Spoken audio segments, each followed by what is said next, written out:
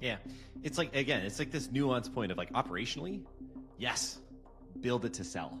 But it's like psychologically and like emotionally and like kind of like that softer stuff, your company mission, which is obviously not soft, but important, like that shouldn't be like, we're trying to sell this thing.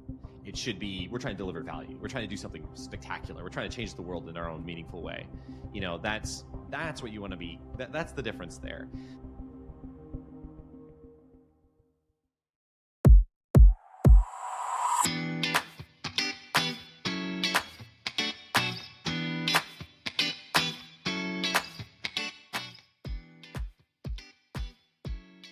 From the outside looking in, getting your company acquired is pretty mysterious. Basically, all founders want this, but they don't really know how they'll get there. In part 1 of a 4-part series, we're going to go into how you actually get your company in a position to be acquired. We'll discuss our real-world experience of selling our company and compare it with data on how and when most startups are sold. Ladies and gentlemen, we are back. Startup Different is here again in 2024, the start of an exciting new season, season 2. Chris, are you pumped or what? I'm excited. Yeah, yes. Can't wait. We're back and we're excited to be here. So for those of you who are just joining us, maybe this is your first episode listening to Startup Different. First off, welcome. Secondly is if you haven't listened to obviously anything else yet, well, our first season was kind of all about figuring it out. We were taking, business lessons that we understood for our startup App Armor, and basically going through how to make a podcast. And it kind of culminates with episode 11, but sort of episode 12, and this whole zero indexing thing. But basically the last episode is the MVP episode, or the minimum viable podcast, where we brought it all together. If you're going to listen to one episode, that's the one. But what you might find interesting is the progression.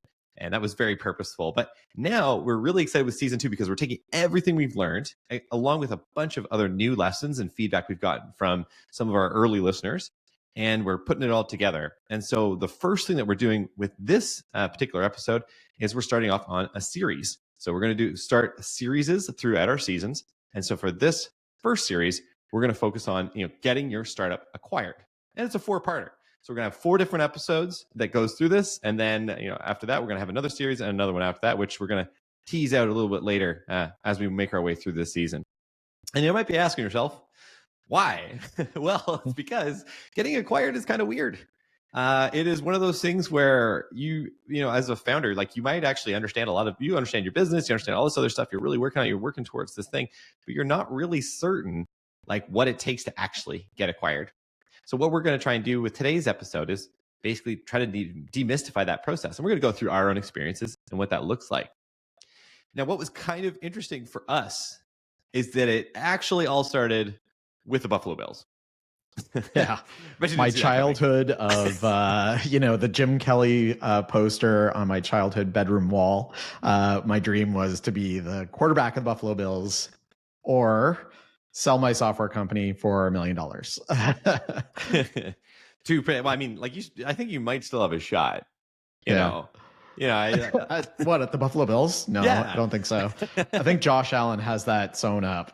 He's a tank. Hey, yeah, wow. Yeah, he's a beast. I was watching him the other day. Like that guy is a beast. But anyway, so what's interesting about this, I guess the first thing is that, this in terms of scale of importance, between just Chris and I, like for me, this was important. Obviously, it was a dream to sell the business.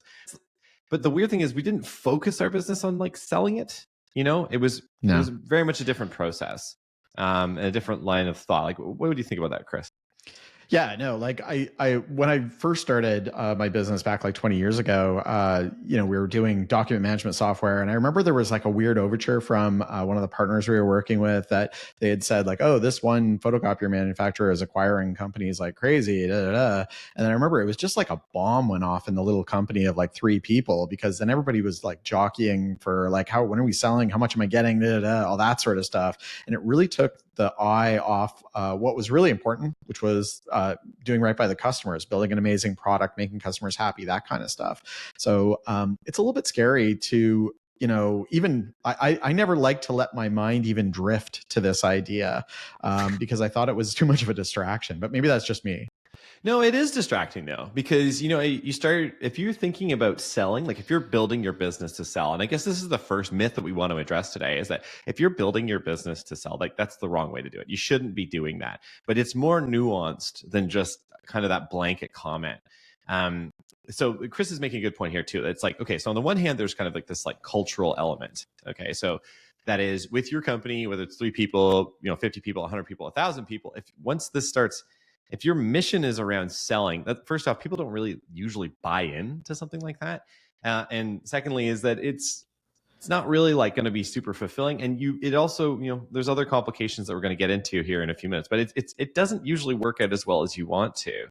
And so probably one of the last things that your customers want to hear too is that you're running your business to sell it. They want to know that you're around, they believe in you, especially your early customers. It's kind of like the worst thing that they're going to hear, because they've probably had other products they were using that were acquired and then all of a sudden didn't get the attention that they did when it was just your small startup that was running it. So I think even for us, like when we would go out and we were, I'm selling AppArmor, I'm on a sales call or whatever, they would ask me, what's your roadmap? What's your plan? Where do you see this product going? And on the one hand, you can be interested in selling the business and that can be a dream of yours, but it shouldn't be the mission of your company. The mission of your company should be, like, for us, it was like helping keep people be safer, like helping the people who help people is another way to think about it. But at the end of the day, it was like, we weren't really, we always would want to sell if there was an opportunity and there was a big number and it made sense. But that didn't mean we were going to, act differently in the market. You know what I mean? It was much more just like, that would be nice someday. You know what I mean? Yeah. So it would be a nice thing to have happen, but I'm not going to set my heart on it. I'm not going to make that my focus. I'm just going to focus on customers, making great products and keeping customers happy. Yeah. So this is kind of an interesting piece. So and I'm kind of like alluding to, I'm kind of dancing around, so I'm just going to run right at it here. So basically there's 2 pieces. There's like psychology of all this versus like the operational elements of this. So there's an interesting book out there called Built to Sell by John Warrillow. It's like a novel-esque sort of take on like how to structure your company for an acquisition. Like I think like the subtitle is something to the effect of, making it so the company can work without you, kind of the idea. And so John's point in this book is that you need to build a business that isn't dependent on you as a founder. And this is actually very, very challenging. And so naturally, he's actually suggesting, build your company, build it to sell. But in the sense of that, structurally, you have like departments, you have people that can do a lot of the business without you. Like you aren't as essential. As a founder, you're always going to be pretty essential. But you need to find a way to kind of like move away from that. And we agree with John on that. Right. I'm not to put words in your mouth there, Chris, but I think like we agree with that take. Hey, that's just running a good business, right? Like whether you're designed to sell or not, like running a really efficient business that you're essentially trying to, as a founder, you're trying to make yourself obsolete, or you're trying to, I kind of like to think of it though as not making yourself obsolete, but you're kind of at the vanguard of what's coming next. You're the ones who are trailblazing the next new killer feature or the next new enhancement to your product line, that sort of stuff. And that helps you drive your business in the right direction. And just running a good business, running a really sound business, from everything from operations to product development to finance to, you name it, that comes in really handy in an acquisition, but that's also just good business. Yeah. It's like, again, it's like this nuanced point of like operationally, yes, build it to sell. But psychologically and like emotionally and like kind of like that softer stuff, your company mission, which is obviously not soft, but important, like that shouldn't be like, we're trying to sell this thing. It should be, we're trying to deliver value. We're trying to do something spectacular. We're trying to change the world in our own meaningful way. That's what you want to be. That's the difference there. The thing I always worry about, Dave, though, is like if you're running your business to sell, okay, so let's say you have a killer quarter, you got tons of cash in the bank, okay. If you're running your business to sell, are you sitting there saying, okay, well, like acquisition is usually a multiple of EBITDA. So like if you're dividending, Chris, hold up, what's EBITDA? Do you remember all of them? This is a hot take. I'll take a shot. I think it's earnings before interest, taxes, dividends, amortization. Yeah, I think that's it. It's either depreciation or dividends. I can't remember. The D always throws me off. But it's But basically like it's profit. it's like a glowing way of being like, how profitable is your business? Yeah. How much money is this? How much like free cash flow is this business creating? And it just removes a bunch of things that wouldn't normally would to come up with a way of valuing a company with a multiple. So yeah. Anyways, you can Google tons of stuff on that, but the reality is like when you have that killer quarter, you've got all that cash in the bank. Are you going to sit there and say, hey, like let's just put this in our genes, like as founders, let's dividend it or something like that? Or do we take it and hire more customer service people or, invest in product development? So I feel like, and those being like adding to expenses or adding to capital expenditures, which don't help your EBITDA model. Or your EBITDA multiple. So it's kind of like if you're running the business to be a great business and you're trying to build growth, you're probably reinvesting that at least a portion of it back into your company. Because the other thing that people when they want to acquire a business too, they want growth. They want a growth rate. They don't want a business that is kind of stagnant. So there's usually like those two components. Is like, yeah, you want to be profitable, have big fat net profit, but you also want to show that you're growing as well to really hit the sweet spot. This is like the funny part of it, right? Because if you're actually building, like you're saying, if you're building to sell and you're trying to maximize that EBITDA, because that's going to improve your valuation, right? You're going to be more valuable, but counterintuitively, you're actually investing less in the business potentially, which makes you worse off. So I definitely agree. I think it's one of those things like you actually could be stifling growth or perhaps like customer satisfaction or like other like very meaningful, important growth metrics that like, and I love accountants, but that accountants might not see, right? If they're just looking at like, well, your expenses went up this year, your EBITDA is lower. Oh, I don't know. So it's going in the wrong direction. It's like, well, no, actually we decided that we were going to really focus on customer service. We added 3 more people because that's what we needed there. We found that the 2 people we had already were overwhelmed. And now, it's like so much more complicated, right? So yeah, it's much more nuanced. So yeah, I love the idea of like build to sell, but as a concept, but I think it's much more nuanced. And I think there are those two sides to the coin being, the psychological, versus the, now I forgot what was it? Operational. What was the other side? Operational. Yeah. I liked how you articulated that actually like more operational. Yeah. Yeah. Doing the thing versus like belief, I wonder if it's almost like you use the term operational, but I almost wonder if it's more like strategic, like, cause you're really trying to figure out like, how do I take this company and make it like that growth engine? Which usually means reinvesting, hey, you're going to bring in more developers to add a new feature over the next 6 months. That's going to put you way, head and shoulders above your competitors, that kind of stuff. So sometimes I feel like it might be like a strategic decision. Yeah, it's like strategic direction leads to like tactical. So like I would put that in the same boat as like operational decisions, these like smaller decisions. But yeah, definitely. I think there's like an overarching, like your strategy will be affected. Yeah. So I think I think this makes sense. So we've got this nuanced difference here. We got psychology figured out. We have this like strategic operational thing that you need to structure your business in a certain way. So what does that literally look like? And again, we're trying to be as like detailed as we can here because we think this will drive a lot of value. And actually, maybe a quick side story. Like I remember I listened to, so How I Built This is another one of my favorite podcasts with Guy Raz. And one of the things that he mentions, he talks a lot about, or on this one particular episode, it was for Solo Stove. And those guys they're very interesting. And there's a lot of nuance in their story as well. But when they had another business that they were running. So basically like an Amazon storefront, and they were just like moving merchandise, actually way higher volumes than the Solo Stoves. And they went to sell that business, and they couldn't get anybody to buy it, even though it was like ridiculously profitable and all this other stuff. And it was because there was just them doing it. There were no departments, there were no people, there were no like, and it's not like we're looking for vanity metrics. It wasn't like a company was like, well, we need a big headcount if we're going to acquire you. It's more like we can't scale a business, and which is what they're looking to do after an acquisition. We can't scale that business out unless it's got like a structure, you know what I mean? And like a culture and a way of doing things. If you don't have that, it's very unappealing. So this structure actually is really essential to ensuring that when the day comes that you want to sell the business, you're in a place to actually be able to do it.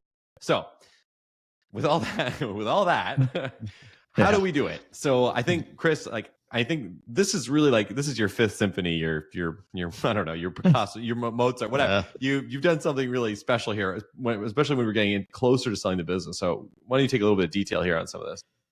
So yeah, like when we were running our business, because I had that earlier brush with like acquisition, we just kind of like turns our heads away from that and went totally to the side of let's just run a really good business, make it profitable, make it really good for our customers. So we were pretty on top of our game. Now, I want to be careful here because there is no company out there that doesn't have a skeleton or two in the closet on something, okay? Whether it's like some tech debt, or maybe you don't like the way your accounting system is running. Like everybody's got some like things that you're like, yeah, this is working for now, but I know that it's not optimal or efficient.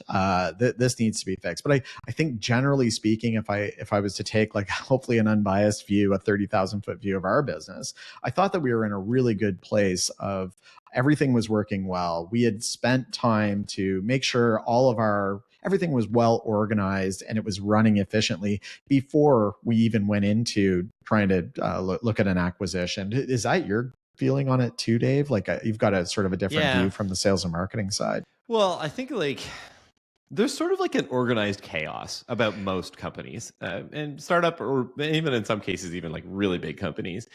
And I think like what you're trying to do, and we talked about this in season 1, right? Is originally with like employees, you're trying to build like systems and processes and like ways of doing things.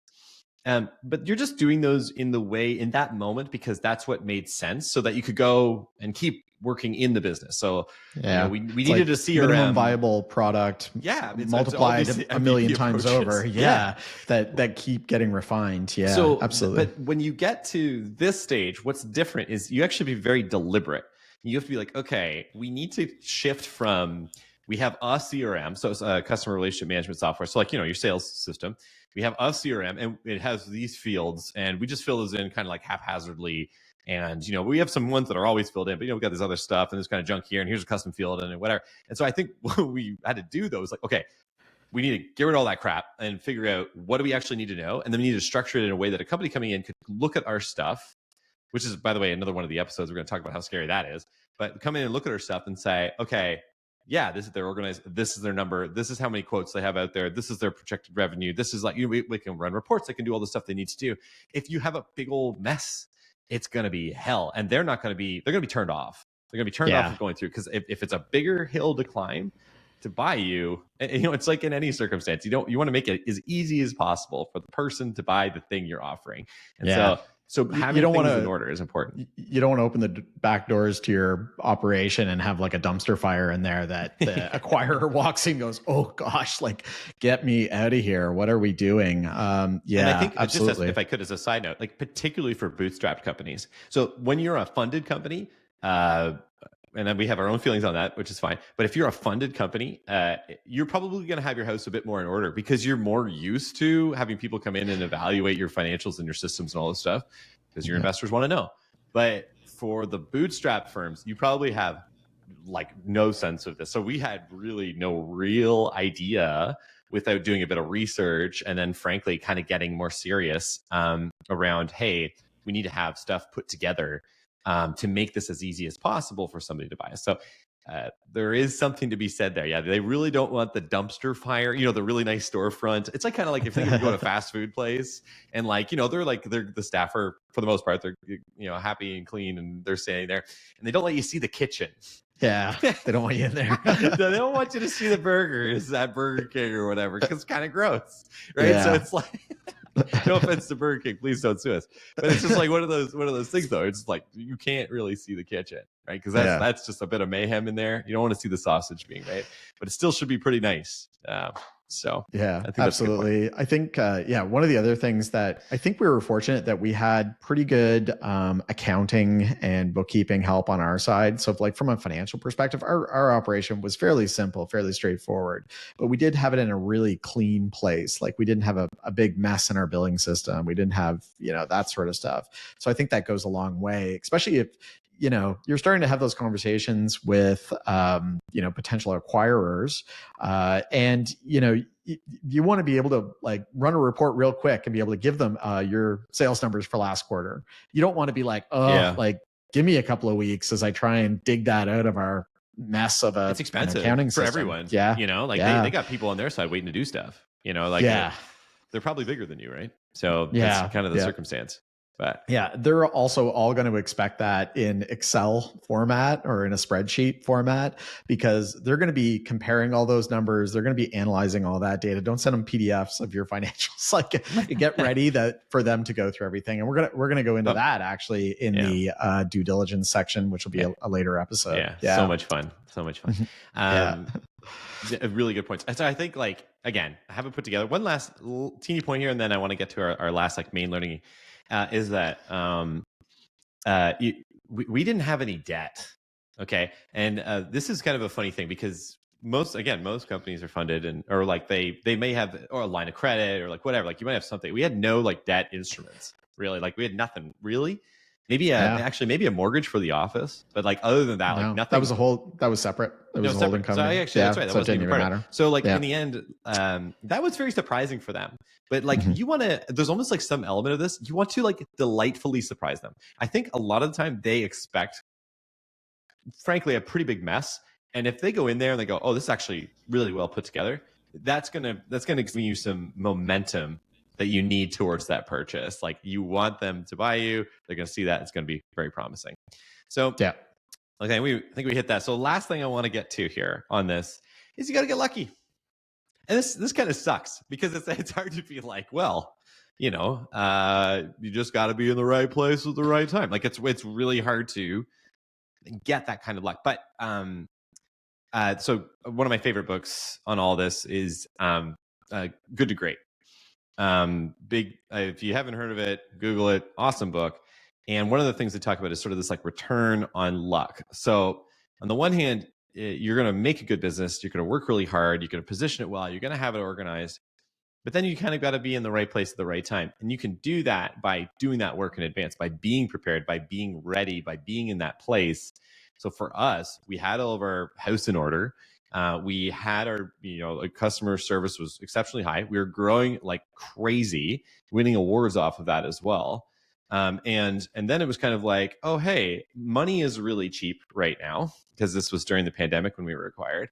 And secondly, one of the biggest competitors in the market, the company that acquired us, Rave Mobile Safety, they happened to be having a bit of a tough time through the pandemic. Their sales were slumping, and the private equity group turned around and said, well, we got to do something about this.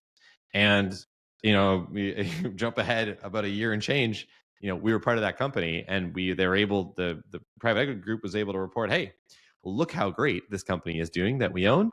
And they were able to flip that to Motorola Solutions for, like $500 million. So like, there's something about, we were just sort of there. We had everything going for us. We were in the right place. We were ready to go. And it happened. You know what I mean, Chris? Absolutely. I think one of the things that helped us out a ton, though, too, Dave, is that we really knew our business well. Yeah. We were running reports. We were really into the data on our own business. Obviously, you more on the sales and marketing side. I was doing most of the, I wouldn't call it finance, but like bookkeeping and actually keeping track of the accounting systems and things like that.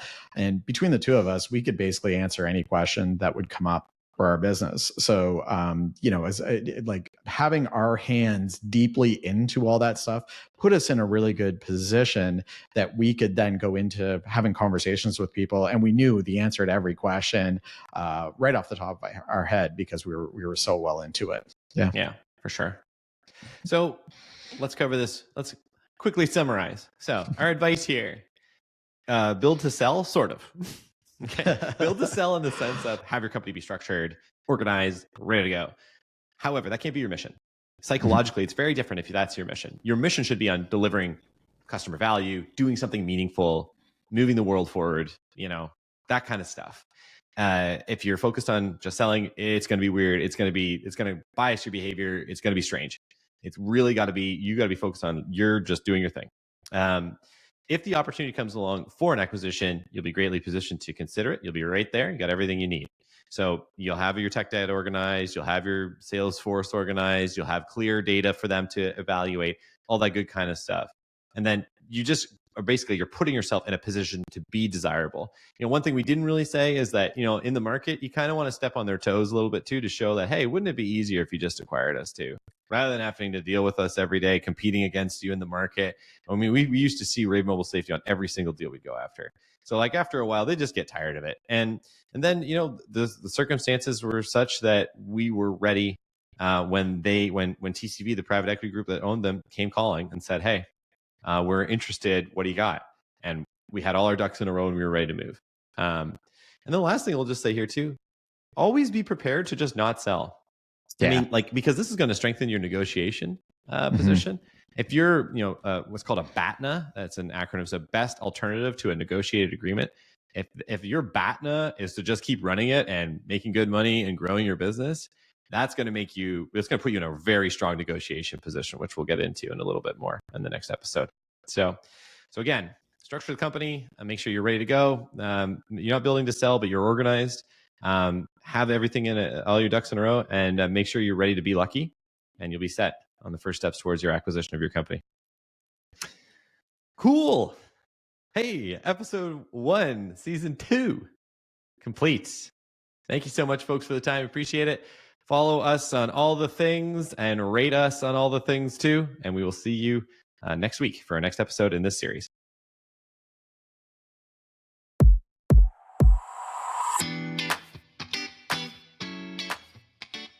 Thanks for joining us. If you like what you heard, subscribe to and rate Startup Different in your favorite podcast app. If you want to see our radio faces, check us out on YouTube at Startup Different and look us up on social. We're probably there if you are. And lastly, do you want to feature your startup on the show? Reach out via our website, startupdifferent.com. See you next time.